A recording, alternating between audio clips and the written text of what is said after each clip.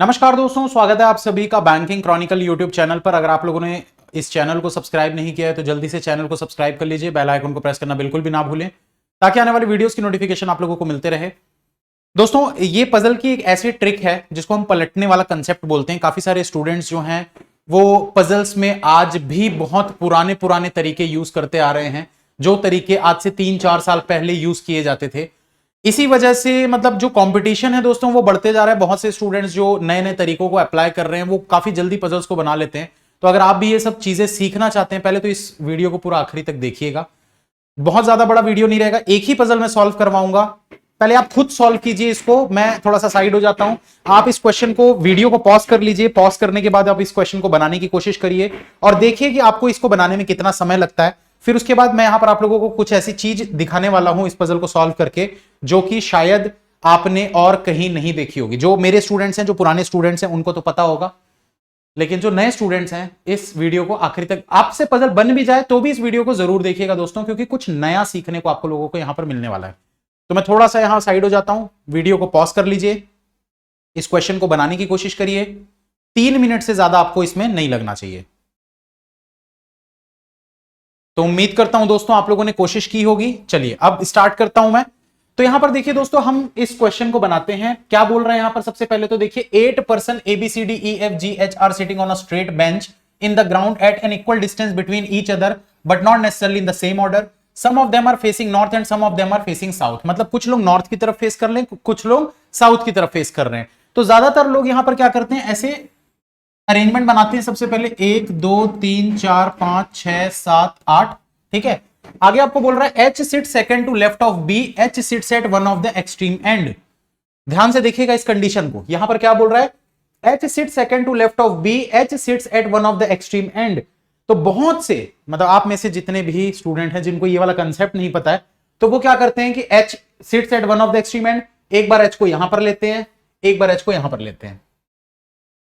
काफी लोग ये चीज करते होंगे। अगर दोस्तों आप लोग ये चीज करते हैं तो कमेंट में जरूर बताइएगा कि हाँ हम ये चीज करते थे, लेकिन ये चीज करने की जरूरत नहीं है दोस्तों, क्योंकि ये दोनों ही पॉसिबिलिटी सेम है, कोई फर्क नहीं पड़ता इससे। तो सॉल्व कैसे करना है इसको ध्यान से देखिएगा। अगर मैं H को कहीं पर भी ले लो, आपकी मर्जी, आप चाहे उधर ले लो, आप चाहे इधर ले लो, वो आपकी चॉइस है। एक ही बार लेना है, 2 बार नहीं लेना है। अब यहां पर क्या करेंगे दोस्तों, हम बोला H sits at one of the extreme end, और H जो था वो कहां पर बैठा है, second to left of B। मतलब B यहां पर बैठा होगा, ऊपर की तरफ देख रहा होगा, तो फर्स्ट और सेकंड लेफ्ट में H हो गया, ठीक है। अब देखिए क्या बोल रहा है, C sits third to right of G। C जो है वो थर्ड टू राइट में बैठा हुआ है G से। इसको बना लेते हैं, ऐसे लिख देते हैं कि G से थर्ड टू राइट में C है। Neither C nor G sits near to E। G और C दोनों ही E के बगल में नहीं है, मतलब इनके नेबर में E नहीं होना चाहिए, ऐसे क्रॉस कर देते हैं। अब बोल रहे there are 3 person sit between B and E. तो बी और ई के बीच में 3 लोग बैठे हैं, तो यहां डायरेक्ट बना लेते हैं। बी से 1 2 3 छोड़कर यहां पर बना देते हैं ई। तो ये कंडीशन भी हो गई हमारी। अब देखिए दोस्तों क्या बोल रहा है, A sit second to the right of G. A जो है वो जी के सेकंड टू राइट में बैठा हुआ है, यहां पर लिख लेते हैं। ए जो है वो जी के सेकंड टू राइट में है। D does not sit at any of the extreme end of the bench. D जो है वो एंड पर नहीं बैठता, तो यहां लिख लेते हैं डी एंड पर नहीं होगा, क्रॉस कर देते हैं। आगे बोल रहे हैं immediate neighbour of G face opposite direction. G के जो इमीडिएट नेबर हैं ये दोनों के दोनों ऑपोजिट डायरेक्शन फेस करते हैं। और क्या बोल रहा है, immediate neighbour of G face opposite direction, the one who sit at the extreme ends face opposite direction. तो एंड्स वाले ऑपोजिट देखेंगे, तो यहां पर लिख देते हैं एंड्स ऑपोजिट। आगे आपको बोल रहा है C and D face same direction as G. तो सी डी और जी ये तीनों के तीनों सेम डायरेक्शन फेस करते हैं, ठीक है। तीनों के तीनों सेम डायरेक्शन फेस कर रहे हैं। E sits immediate right of D। E जो है वो इमीडिएट राइट में बैठा हुआ है D से। अब दोस्तों ध्यान से सुनिए, D जो है वो एंड पर नहीं बैठा, लेकिन E जो है वो D के इमीडिएट राइट में है। मतलब हम बोल सकते हैं कि D अगर एंड पे नहीं आएगा तो यहीं पर आएगा, ऊपर देखेगा, तभी इमीडिएट राइट में E हो पाएगा, ठीक है। तो ये कंडीशन हमारी हो गई। अब इसके बाद क्या बोल रहा है आपको, यहां पर देखिए immediate neighbour of B face opposite direction. Immediate जो B के नेबर हैं ये दोनों के दोनों ऑपोजिट डायरेक्शन फेस करते हैं, एक ऊपर तो एक नीचे, ठीक है। आगे बोला E faces same direction as F। E और F का डायरेक्शन सेम है, यहां लिख देते हैं E और F सेम है। A does not face south direction. A जो है साउथ डायरेक्शन फेस नहीं करता, मैं लिख देता हूं यहां पर A जो है वो नॉर्थ डायरेक्शन फेस कर रहा है। अब दोस्तों इसको सॉल्व करते हैं। हालांकि मैं पहले भी सॉल्व कर सकता था, बट मैंने पूरा क्वेश्चन पहले पढ़ लिया, नोट कर लिया, अब मैं सॉल्व कर रहा हूं, ठीक है। आप पहले भी इसको सॉल्व कर सकते थे, ये कंडीशन डायरेक्ट सेट हो रही है। कैसे सेट होगी इस चीज को देखिए, यहां पर आपको क्या पता है भाई, जी और सी दोनों के दोनों ई के बगल में नहीं होने चाहिए, मतलब यहां पर नहीं हो सकते। अगर यहां पर नहीं हो सकते तो हमारे पास जी से 2 छोड़कर सी के लिए सिर्फ और सिर्फ ये वाली जगह दिख रही है, ये वाली, ठीक है। जी और सी के लिए सिर्फ और सिर्फ ये वाली 2 जगह दिख रही है। तो हम ये बोल सकते हैं कि भाई जी और सी में से कोई एक यहां पर होगा, जी और सी में से कोई एक यहां पर होगा, ऐसा बोल सकते हैं। अभी डायरेक्शन वगैरह रहने दीजिए, अभी डायरेक्शन नहीं सेट करना है, ठीक है।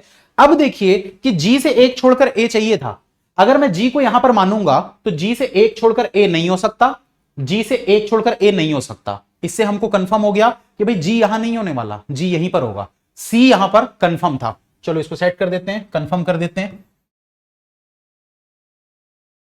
तो यहां पर जी जो है ये कंफर्म हो गया, सी जो है वो यहां पर कंफर्म हो गया। अब आप डायरेक्शन को सेट करो कि जी के राइट में सी है, मतलब जी ऊपर की तरफ देख रहा होगा, तो अभी फर्स्ट सेकंड थर्ड राइट में सी हो गया। जी के सेकंड टू राइट में ए है, तो जी से पहला दूसरा ए यहां पर आ गया, ये भी सेट हो गया। अब बचा क्या है आपके पास, एक ही नाम बचा है। कौन सा नाम बचा था, चलो देख लेते हैं। ए एफ बचा हुआ है, एफ को रख देंगे लास्ट में, ठीक। अब देखिए दोस्तों, हमारे पास सारी चीजें सेट हो चुकी है, बस हमको क्या करना है, अब डायरेक्शन सेट करना है। तो डायरेक्शन कैसे सेट करेंगे, देखो जी के अगल बगल वाले ऑपोजिट है। अगर जी के इस तरफ वाला ऊपर देख रहा है तो ये डेफिनेटली नीचे की तरफ देखेगा। बी के अगल बगल वाले ऑपोजिट है, अगर बी के इस तरफ वाला ऊपर देख रहा है तो बी के इस तरफ वाला नीचे देखेगा। एंड्स वाले ऑपोजिट है, मतलब अगर ये नीचे देख रहा है तो ये ऊपर देखेगा।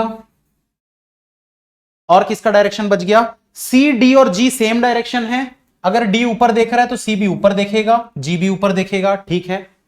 ई और एफ का डायरेक्शन सेम है, अगर एफ ऊपर देख रहा है तो ई भी ऊपर की तरफ देखेगा। तो ये आपका क्वेश्चन जो है वो सॉल्व हो चुका है। अभी काफी सारे लोग को ये लग रहा होगा कि ये तो गलत हो गया सर आपका, क्योंकि ए जो था वो तो नॉर्थ फेस कर रहा है। काफी लोगों के दिमाग में ये चीज आ रही होगी कि सर ये तो गलत हो गया, आपने गलत बनाया है। फिर से सुन लीजिए, कुछ लोग सुनते नहीं है, नीचे कमेंट में लिख देंगे गलत है गलत है। तो ये गलत नहीं है, क्योंकि नॉर्थ मैंने नीचे माना है, साउथ मैंने ऊपर माना है। क्योंकि आपके क्वेश्चन में कहीं पर भी ऐसा मेंशन नहीं किया गया है कि नॉर्थ आपको ऊपर ही मानना है या साउथ आपको नीचे ही मानना है, ऐसा कहीं पर भी आपके क्वेश्चन में मेंशन नहीं किया गया है। तो वो आपकी मर्जी है, आप चाहे उसको ऊपर की तरफ नॉर्थ मानो, चाहे आप नीचे की तरफ नॉर्थ मानो। अब यहां पर सवाल आता है दोस्तों कि अगर आपसे मैं कुछ क्वेश्चन पूछूं तो क्वेश्चन के आंसर भी चेक कर लेते हैं, बिल्कुल सही होंगे, आंसर के साथ मैं आप लोगों को मैच करके दिखाऊंगा, ठीक है। तो मैं कुछ क्वेश्चंस आप लोगों से पूछता हूं, पहले तो हम आंसर मैच करते हैं कि आंसर सही है कि नहीं। H G B A C D E F, H G B A C D E F, H G B A C D E F बिल्कुल लाइन से है, सिर्फ वो जो एच है ऐसा दिख रहा है और हमारा आंसर इस तरफ से दिख रहा है ऐसा, उससे कोई फर्क नहीं पड़ता। कोई एक सवाल ले लेते हैं कि डी के थर्ड टू लेफ्ट में कौन बैठा हुआ है, तो आप यहां पर देखिए डी के थर्ड टू लेफ्ट में कौन है, डी नीचे दिख रहा है, पहला लेफ्ट दूसरा लेफ्ट तीसरा लेफ्ट बी बैठा हुआ है। अब हमारे आंसर में देखते हैं डी के थर्ड टू लेफ्ट में कौन है, पहला लेफ्ट दूसरा लेफ्ट तीसरा लेफ्ट बी बैठा हुआ है। एक और आंसर देखते हैं, अगर मैं आपसे पूछूं कि जी से फोर्थ टू राइट में कौन है, तो जी से फिफ्थ राइट देख लेते हैं। तो जी से फिफ्थ राइट कौन है भाई, पहला दूसरा तीसरा चौथा पांचवा ई दिख रहा है। इसमें भी देख लेते हैं कि जी से फिफ्थ टू राइट कौन है, तो ये देखो जी नीचे देख रहा है, पहला दूसरा तीसरा चौथा पांचवा ई दिख रहा है। तो सारे आंसर आपके सेम आएंगे, आपको कुछ भी करने की जरूरत नहीं है दोस्तों। अगर आपसे क्वेश्चन पूछे कि how many person are facing south, तो गड़बड़ मत कर देना भाई, क्योंकि हमने साउथ ऊपर लिया है, ठीक है। तो गड़बड़ मत कर देना, हमने नॉर्थ नीचे माना है। तो साउथ फेस करने वाले 1 2 3 4 5 6 लोग हैं। इसके भी आंसर में देख लेते हैं कितने लोग हैं साउथ फेस करने वाले, 1 2 3 4 5 6, टोटल इसके भी 6 लोग थे जो साउथ फेस कर रहे हैं। हमारे आंसर में भी टोटल 6 लोग हैं जो साउथ फेस कर रहे हैं। तो ये इसको बोलते हैं पलटने वाला कंसेप्ट। पलटने वाला कंसेप्ट मतलब क्या है दोस्तों, हम किसी भी एक फिगर को बनाकर, जैसे ये टिप दिख रही है इस तरफ, तो हम उसको बनाकर ऐसा पलट दे रहे हैं। मतलब आप पेज को बनाओ, पेज को पूरा 180 डिग्री में आप रोटेट कर दो, आपको एक्चुअल आंसर दिख जाएगा। तो ऐसे ही दोस्तों बहुत सारे टिप्स तो नहीं बोलेंगे, ट्रिक्स ऐसे बहुत सारे होते हैं पजल को सॉल्व करने में, जो कि आप लोगों को बहुत ज्यादा यूजफुल रहेंगे अगर आप पजल को जल्दी जल्दी सॉल्व करना चाहते हैं। विद इन 2 मिनट्स अगर आप पजल्स बनाना चाहते हैं, आप लोगों ने देखा होगा बहुत से स्टूडेंट्स बनाते हैं, तो बहुत सारे तरीके होते हैं दोस्तों। थ्रेड मेथड, पलटने वाला कंसेप्ट हो गया, डॉट मेथड हो गया, तो ये सारे तरीके अगर आप सीखना चाहते हैं तो मेरा पजल का एक नया कोर्स अनअकैडमी पर लॉन्च हुआ है। 20 दिसंबर से ये स्टार्ट हो रहा है मेंस लेवल का, और 22 दिसंबर से 22 दिसंबर से स्टार्ट हो रहा है दोस्तों प्री लेवल का कोर्स। तो ये दोनों कोर्सेज जरूर देखिएगा। जो प्री वाला है वो सुबह 10 बजे होगा, जो मेंस वाला है वो दोपहर 12 बजे होगा। All the best, you can and you will. अगर आप चाहें तो चैनल को जरूर सब्सक्राइब कर लीजिएगा, अगर आप चाहें तो, नहीं करना ही है, ठीक है। वो मैं यू कैन यू विल के लिए बोल रहा हूं, अगर आप चाहें तो चैनल सब्सक्राइब करना ही है, ठीक है। All the best. नीचे है लाल कलर का बटन, बस प्रेस कर दीजिए, घंटी दबाइए, ऑल नोटिफिकेशन कर दीजिए, ताकि सारे आपको नोटिफिकेशन मिलते रहें। अच्छा, एक चीज और दोस्तों, टारगेट बैच ये जरूर विजिट कर लीजिएगा। अगर आप प्रैक्टिस के लिए क्वेश्चंस खोज रहे हो तो ये एक ऐसा प्लेटफॉर्म है जहां पर आपको अनलिमिटेड प्रैक्टिस कंटेंट मिलता है। डेली बेसिस पर पीडीएफ्स अपलोड होते रहते हैं, उसमें ऑलरेडी 3-4 हज़ार पीडीएफ्स अपलोडेड हैं, तो आपको कभी भी कंटेंट की कमी नहीं होगी प्रैक्टिस करने के लिए।